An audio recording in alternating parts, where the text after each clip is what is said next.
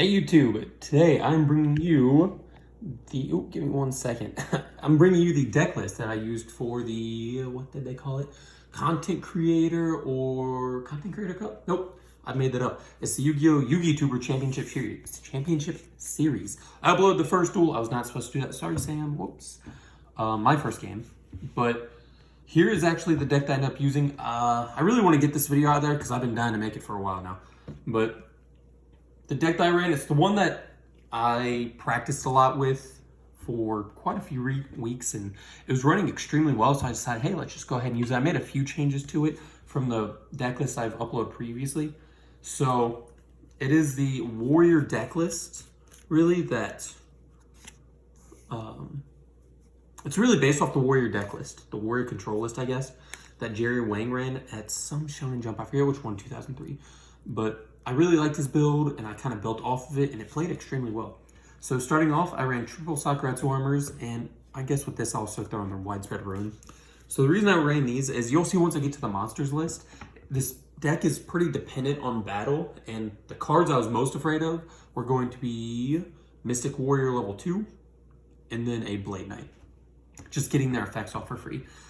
Any kind of just aggro warrior deck could be difficult to deal with. These cards I felt did the best at dealing with those kind of decks, and just that monster destruction is great. The rest of the trap lineup, I chose Torrent, Mirror Force, Ray Destruction. They serve very similar purpose to be able to like repel off those monsters almost specifically.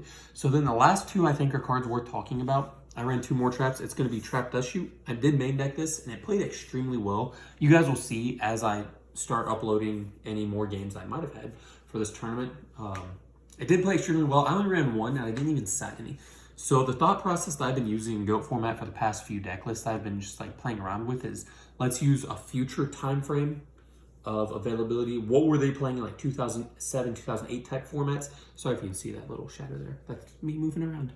And obviously Trap Dust Shoot was only at 1, but in the future, everyone played the 1 allowed copy. So my thought process being, if they would play 1 copy in the future, why won't I just play the 1 copy now? Even if 3 are available, I don't want to play 3 because I never really want to see it more than that 1. But if I draw it at a live time, and it was live most of the time, then I want to see it. So the 1 Trap Dust Shoot, and it definitely played well. And then I ran 1 Call of the Haunted. And so as I was testing the deck, I originally had Call of the Haunted and Premature Burial. There are quite a few monsters in here that I thought, man, I wouldn't mind bringing these back any given time. So typically in Chaos decks, I don't run either of them. But for this deck, I was like, let's try out both of them. The more I played, the more just obvious it was that I just kept opening up with both Call of the Haunted and Premature Burial.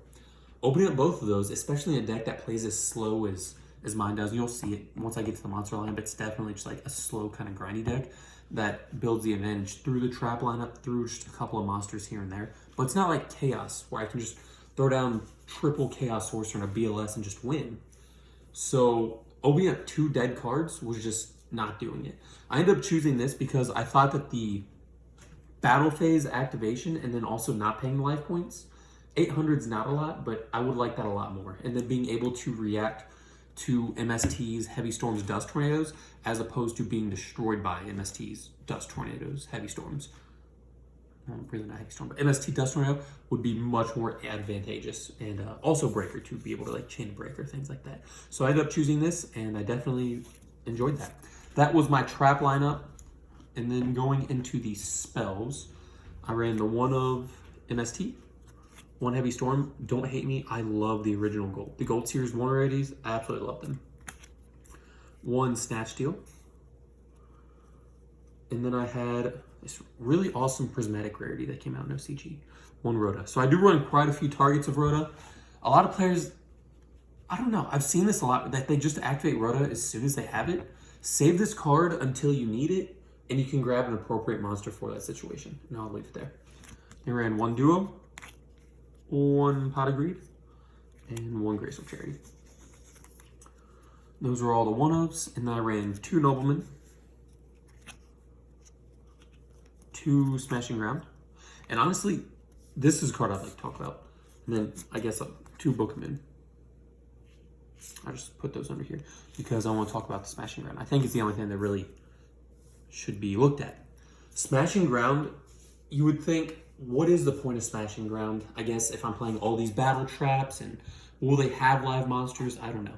My thought process Smashing Ground was there's a lot of strong monsters out there that I don't have the Chaos monsters outside. I run one BLS. I don't run Chaos Sorcerers. I don't run anything like that.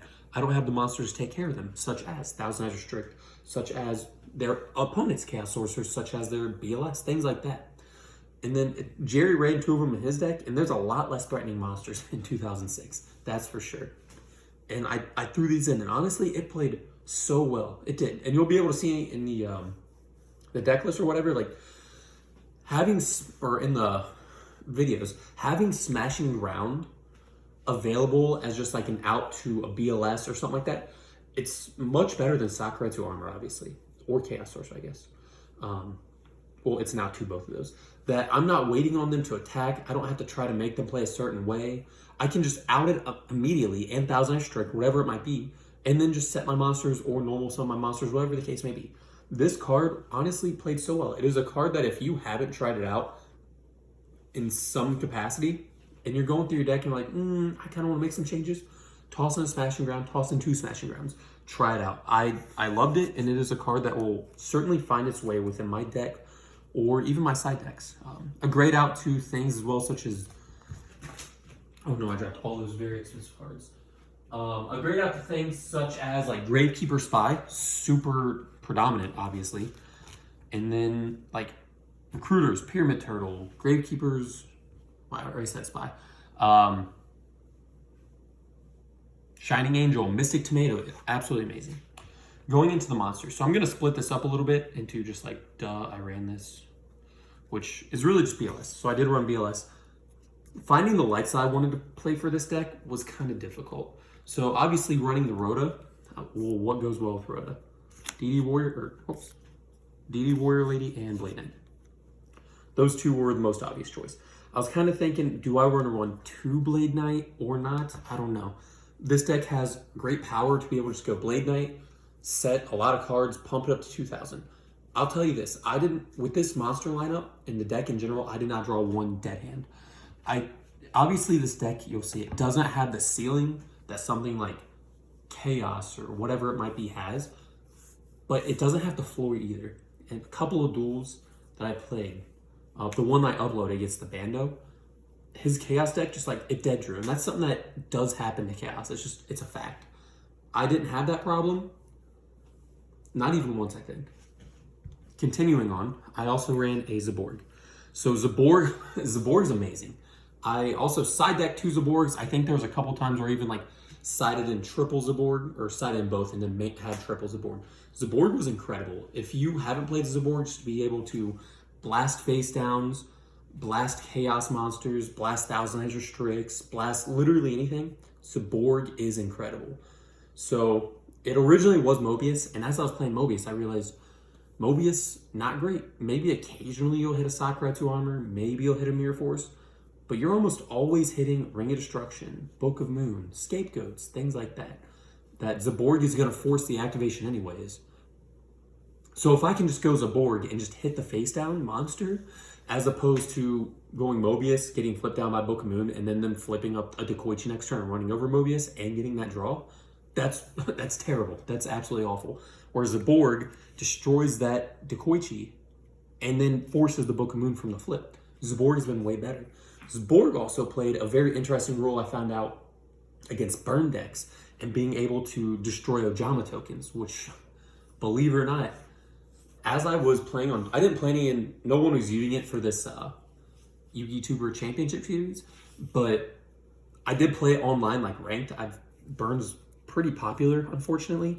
I just don't like playing against it. In my thought process, Mobius destroys Burn. Mobius will do this. No, Zaborg. Zaborg destroys Burn. It forces them to rely on Just Desserts. What's the other one? Wave Motion Cannon, Secret Barrel. And most decks don't really run Wave Motion Cannon anymore. It's mostly just Desserts, Secret Barrel, Ceasefire, Rain Destruction. They're now relying on those cards solely to win, because Zaborg can destroy the tokens, so you can get more stuff on board. It can destroy like their set monsters, which was also just huge.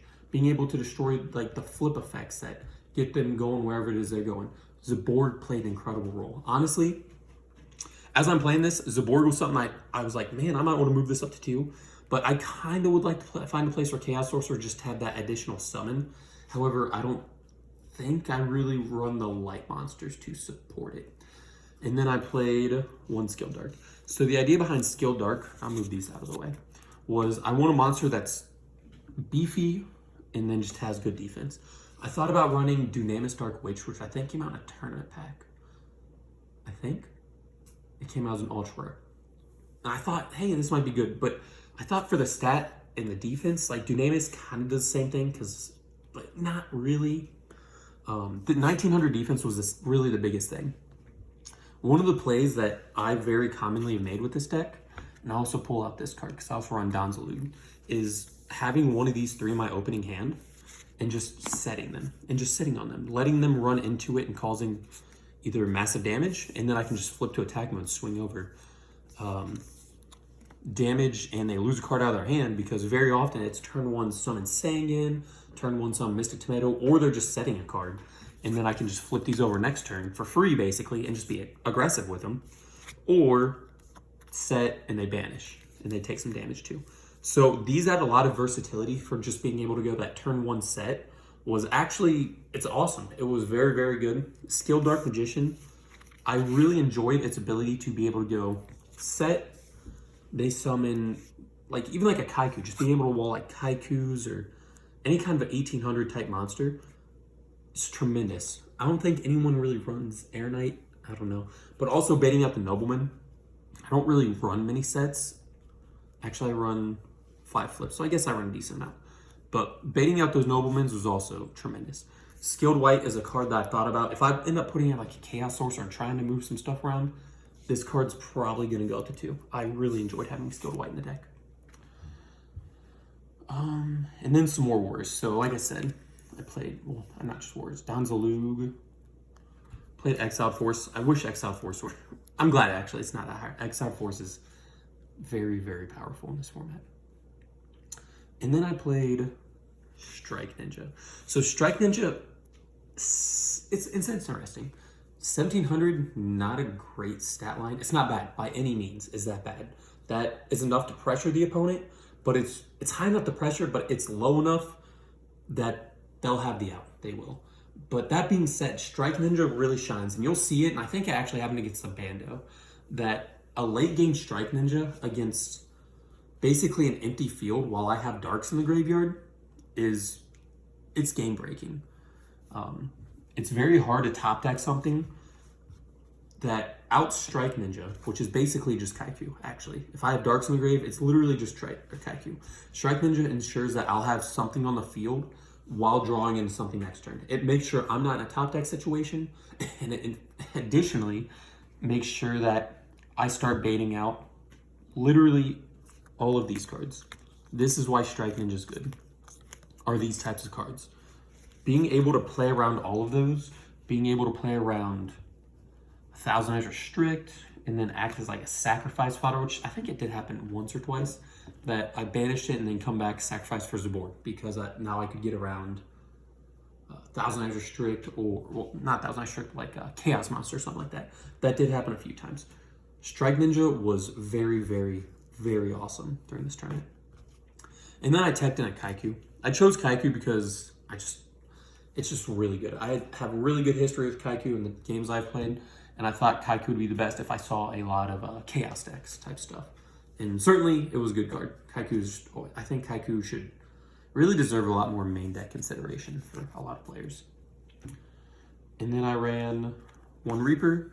Very similar rule to Donzalug, that you attack and you're just kind of guaranteed a card. Reaper was awesome. I do love Reaper. Maybe think about playing 2, but space is extremely tight, so I think I'll definitely keep it the same in the future. Sangan and Mystic Tomato.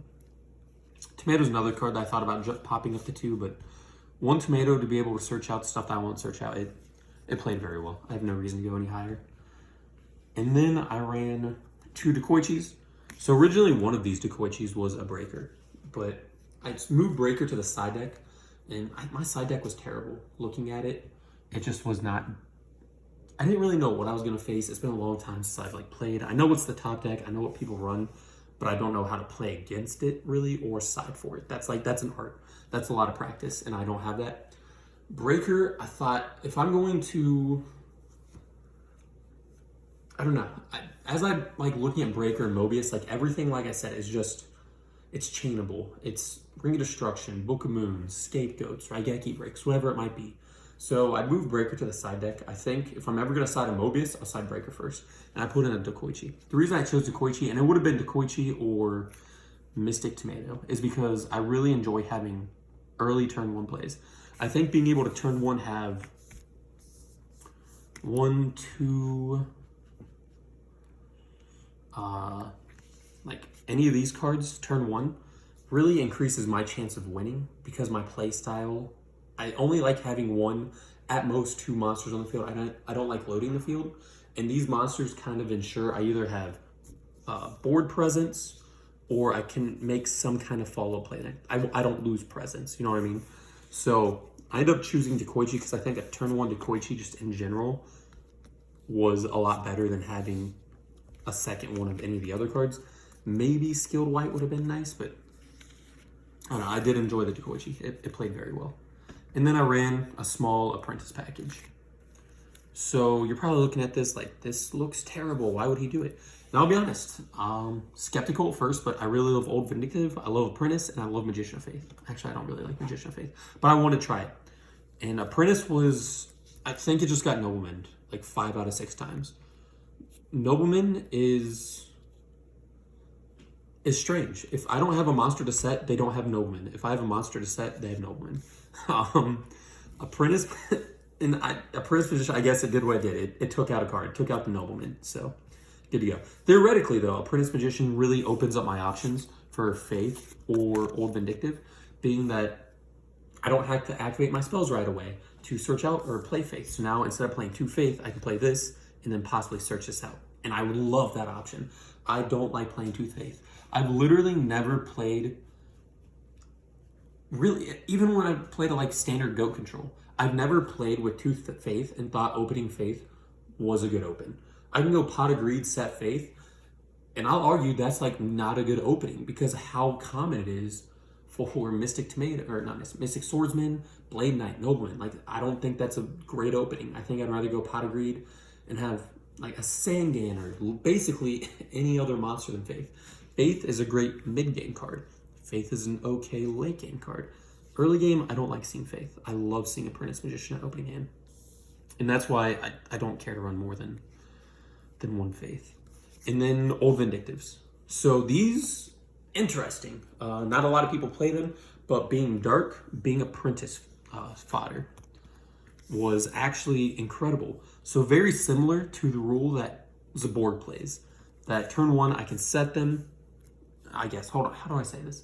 They're really good against a geometry. So you flip it, destroy. I lied. It's 1 monster your opponent controls. I never actually played that. I thought it was.